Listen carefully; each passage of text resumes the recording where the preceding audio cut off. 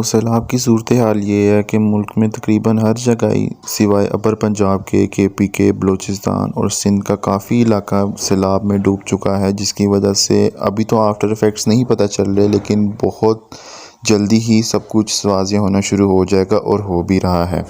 पहली बात तो ये कि जो उकाड़ा का एरिया है वो सैलाब के वर्श पे है, क्योंकि अभी मैं जब गया था वहाँ पे विज़िट करने के लिए तो ऊंचे दर्जे का सैलाब था, जैसे कि आपको नज़र आ रहा है वीडियो में।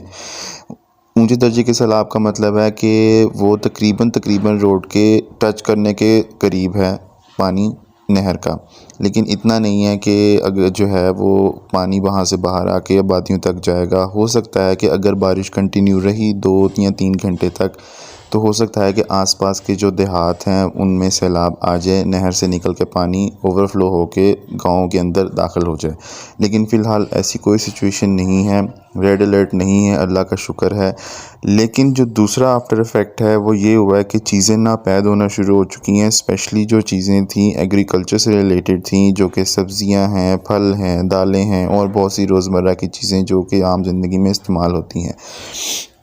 जो चीज़ें इन प्रोविंसेस में, सूबों में पैदावार की जाती थी जिन चीज़ों की, वो तो बिल्कुल नापैद हो चुकी हैं। और कुछ दिनों बाद जो सब्ज़ियां आम बाज़ार में मिलती थीं और बहुत कम रेट पे मिलती थीं, वो भी अब आम इंसान की पहुंच से बाहर होती जा रही हैं।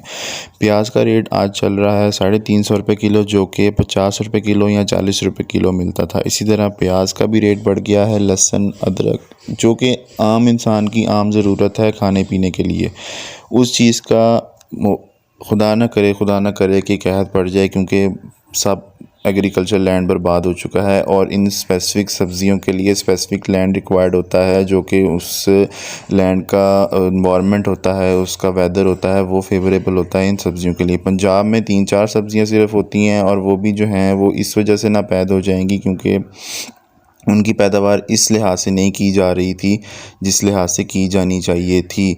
केपीके से कुछ आती थी तो केपीके में सैलाब है, वो सब कुछ बर्बाद हो गया है, एग्रीकल्चर लैंड बर्बाद हो गया है। और बलूचिस्तान में एग्रीकल्चर लैंड इसलिए बर्बाद हुआ है कि सैलाब के साथ रेत आई है, मड आई है, जिसकी वजह से उसने पूरा का पूरा एग्रीकल्चर लैंड कवर कर लिया है, जिसकी वजह से वहाँ पे 3 से 4 महीने तक कोई भी वेजिटेशन या कल्टीवेशन नहीं हो सकती है। ठीक है। और तीसरी रीज़न ये थी कि इन सब चीज़ों की प्राइसेस हाई होने की वजह से, इन चीज़ों की प्राइसेस इंक्रीज़ होने की वजह से आम इंसान की पहुंच से ये चीज़ें बहुत दूर होती जा रही हैं।